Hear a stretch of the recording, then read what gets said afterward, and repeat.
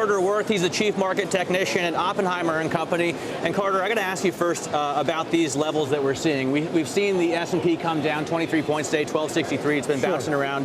What are the levels that you're looking at here, and what's important to focus on? So today's weakness obviously gives back all of yesterday's strength. So in a way, it's a push. In fact, we're a little bit weaker than yesterday's low. And so now what's the issue here is where we are, the S&P and every major index, in relation to what I call the smoothing mechanism, the 150-day moving average, which history shows is the best reference point in terms of coming to grips with when a selling period has taken place over an intermediate period, 5, 6, 7 weeks.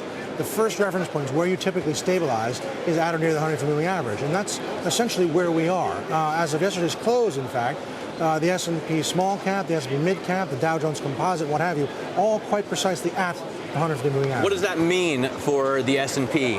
Right, and so what it means is that after a certain amount of selling, you get to a point, typically at your average trailing price over 150 days, where one of three things happens. Whoever it was that sold at or near the top, dumb luck or brilliance, is looking at it saying, my gosh, I could put the whole thing back on. Meaning they have buying interest, they had a good experience, and they're looking to re-up, meaning to re-enter. Two, whoever it was that sold short at or near the top, dumb luck or brilliance, is also looking at it down at this level thinking, I should probably cover here, I could make some money, book the gains, and it could bounce on me. And three, and far and away the biggest crowd, all the people who were never involved, underweight, not participating, but looking for some in on the market.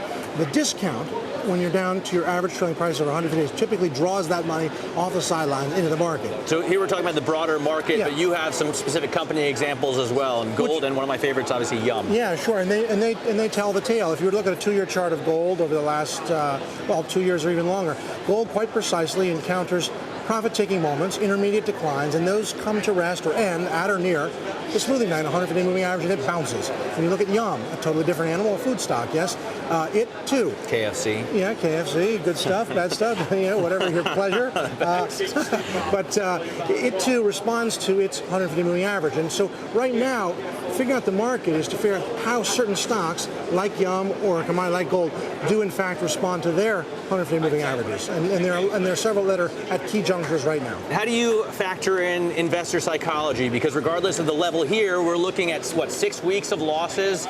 If it goes badly, could be the 7th week this week. Right. All getting to a point where the psychology is pretty damaged, or if you use oscillators oversold, or reading quite bearish or excessively bearish to the point where that's where snapbacks come from. So the psychology is very dour, very grim, and we're taking the other side of it, until we have to admit that something's not right, control loss, and go from there. But here and now, after, again, an important period of selling, after 5, 6, now even perhaps the 7 weeks, do you or don't you put money to work? And in principle, history bears this out. You're better off putting money to work and playing for some kind of stabilization and or rebound. Kind of a contrarian move in this market. I think so. Let me ask you about another specific example, and that is Baidu. Tech stocks have been hot. China, not so much this week. No, China's sloppy, to say the least. So Baidu, a great example, one of the great performers in all markets, despite recent weakness. And to your point, it's sold off recently. It hit a high of 158 or so, and here it is trading at 118, 120. Right at its 150-day moving average. At this point, again, those three things typically start to happen.